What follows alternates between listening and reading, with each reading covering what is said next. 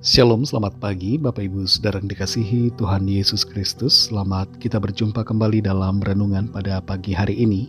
Kita bersyukur karena anugerah, kasih Tuhan, penyertaan-Nya selalu ada atas kita. Tuhan bersama dengan kita dalam segala keadaan. Sebelum kita mendengarkan kebenaran firman Tuhan, mari kita berdoa. Bapa di sorga, Bapa dalam nama Tuhan Yesus Kristus, Tuhan dan Allah kami yang hidup, Tuhan yang berdaulat atas semuanya, kami bersyukur untuk pagi hari ini. Kami ada karena anugerah-Mu dan karena rencana Tuhan yang baik atas kami. Saat ini kami mau mendengar kebenaran firman-Mu. Urapilah kami supaya kami mengerti dan taat melakukan setiap kehendak-Mu. Dalam nama Tuhan Yesus kami berdoa. Haleluya, amin. Saudara yang dikasih Tuhan, ayat firman Tuhan saat ini terdapat dalam kitab Hakim-Hakim pasal yang kelima, ayat 1-2. Tertulis demikian. Pada hari itu bernyanyilah Deborah dan Barak bin Abinoam demikian. Karena pahlawan-pahlawan di Israel siap berperang, karena bangsa itu menawarkan dirinya dengan sukarela, pujilah Tuhan. Saudara yang dikasih Tuhan, pernahkah saudara kehilangan kunci? Entah itu kunci rumah, kunci motor atau kunci mobil. Bagaimana rasanya? Pusing pastinya. Tanpa kunci kita tidak bisa membuka pintu. Tanpa kunci kita tidak bisa menstarter kendaraan.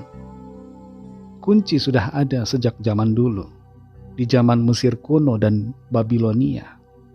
Umumnya kunci waktu itu dibuat dari kayu yang memiliki sistem mekanisme pin tumbler yang sederhana. Penemu dan pencipta kunci di zaman modern adalah Linus Yale Jr. dari Amerika Serikat.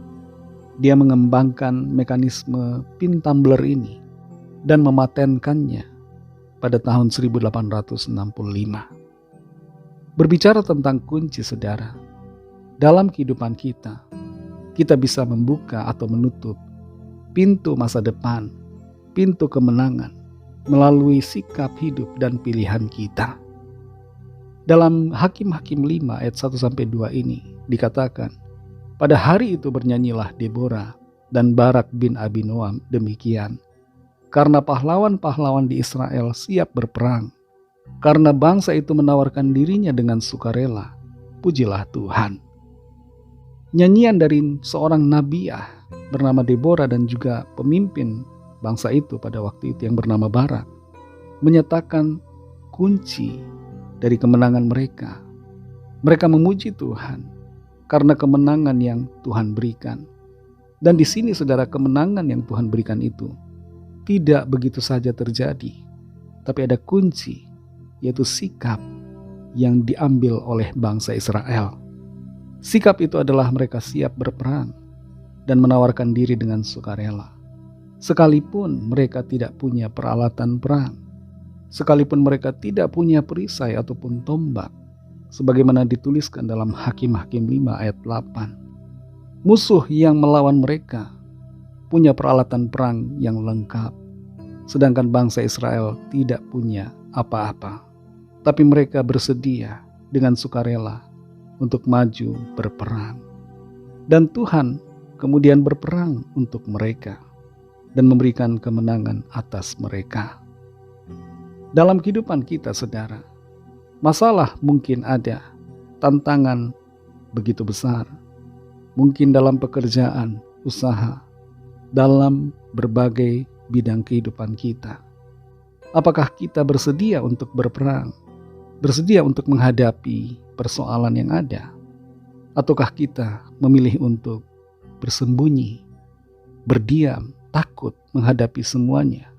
Apakah kita mau dengan sukarela mengikuti kehendak Tuhan, meresponi firman Tuhan dengan melangkah dalam iman pada janji firman Tuhan? Kunci itu ada pada kita, saudara. Tuhan mau memberikan kepada kita kemenangan. Tapi kalau kita tidak mau bertindak, kalau kita tidak meresponi sesuai dengan kehendak Tuhan, kalau kita tidak bersedia untuk maju menghadapi tantangan, maka kemenangan itu hanya akan menjadi slogan dan bukan kenyataan. Kalau kita mau menang, saudara, dalam kehidupan ini, mari melangkah dengan iman, bersiap berperang menghadapi segala masalah dan persoalan.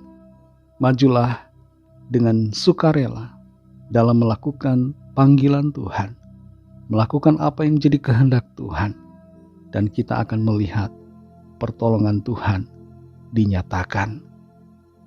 Mari kita berdoa.